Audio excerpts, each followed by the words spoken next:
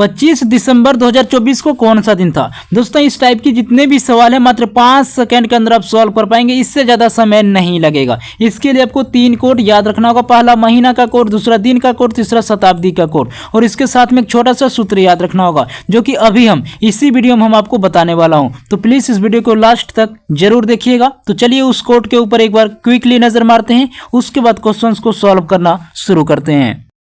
Calendar दिन का code देखिए, संडे का कोड होता है 1, मंडे का कोड होता है 2, ट्यूसडे का कोड होता है 3, वेडनेसडे का कोड होता है 4, थर्सडे का कोड होता है 5 और फ्राइडे का कोड होता है 6 और सैटरडे का कोड होता है 0। दोस्तों अब चलिए जानते हैं कैलेंडर महीना के कोड के बारे में।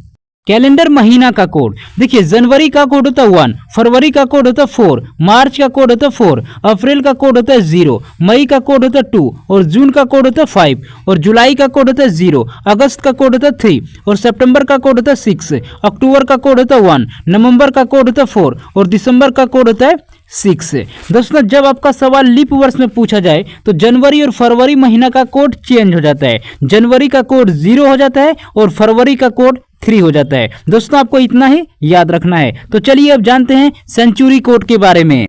सेंचुरी कोड यानी शताब्दी का कोड देखिए, 1200 से लेकर 1299 का कोड 6 होता है, 1300 से लेकर 1399 का कोड 4 होता है, 1400 से लेकर 1499 का कोड 2 होता है, 1500 से लेकर 1599 का कोड 0 होता है, 1600 से लेकर 1699 का कोड 6 होता है, 1700 से लेकर 1799 का कोड 4 होता है, 1800 से लेकर 1899 का कोड 2 होता है, 1900 से लेकर 1999 का कोड 0 होता है, 2000 से लेकर 2099 का कोड 6 होता है, 2100 से लेकर 2199 का कोड 4 होता है, 2200 से लेकर 2299 का कोड 2 होता है, 2300 से लेकर 2399 का कोड 0 होता है, 2400 से लेकर 2499 का कोड 6 होता है, 2500 से लेकर 2599 का कोड 4 होता है, 2600 से लेकर 2699 का कोड 2 होता है, 2700 से लेकर 2799 का कोड 0 होता है। दोस्तों आपको इतना ही याद रखना है। तो चलिए जानते हैं लीप वर्ष के बारे में। लीप वर्ष कैसे निकालते हैं, लीप वर्ष निकालना सीखें। दोस्तों 0 सेकंड देना होगा, इससे ज्यादा समय नहीं लगेगा। देखिए जब आपका सवाल पूछा जाता है, मान लीजिए कि आपका सवाल जो है 1950 के आधारित पूछा जा रहा है, तो आपको क्या करना होता है, लास्ट 2 डिजिट के अंदर आपको लीप वर्ष पता करना होता है कि कितना लीप वर्ष होगा। तो 50 में आपको क्या करना है,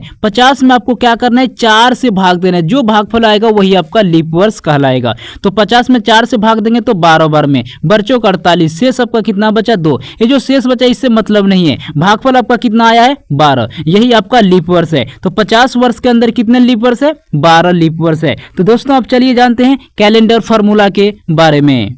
कैलेंडर फार्मूला देखिए, पहले आपको दिनांक लिखना होगा, उसके बाद आपको लिखना होगा महीना का कोड, उसके बाद आपको लिखना होगा वर्ष, उसके बाद आपको लिखना होगा लीप वर्ष, उसके बाद आपको लिखना होगा शताब्दी कोड। सभी को जोड़ के 7 से भाग दीजिए, आपका राइट आंसर आ जाएगा। तो दोस्तों आप चलिए क्वेश्चंस को सॉल्व करना शुरू करते हैं। 25 दिसंबर 2024 को कौन सा दिन था।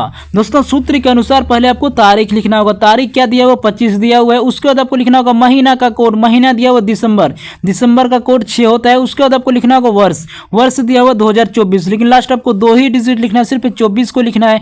उसके बाद आपको लिखना होगा लीप वर्ष, तो 24 वर्ष के अंदर कितने लीप वर्ष होता है, 6 होता है। उसके बाद आपको लिखना होगा शताब्दी कोड, तो 2000 की शताब्दी कोड कितना होता है, 6 होता है। सभी को जोड़िए, 7 से भाग दीजिए, आपका राइट आंसर आ जाएगा। अगर हम सभी को जोड़े तो कितना होगा 67, 67 में हम क्या करेंगे 7 से भाग देंगे तो कितने बार में, 9 बार में, 9 7 63 से सबका कितना बचा 4। ये जो 4 बचा पता कीजिए, 4 जो होता है कौन सा दिन का कोड होता है, आपको याद होगा बुधवार का कोड कितना होता है 4 होता है, यानी सी ऑप्शन आपका राइट आंसर है।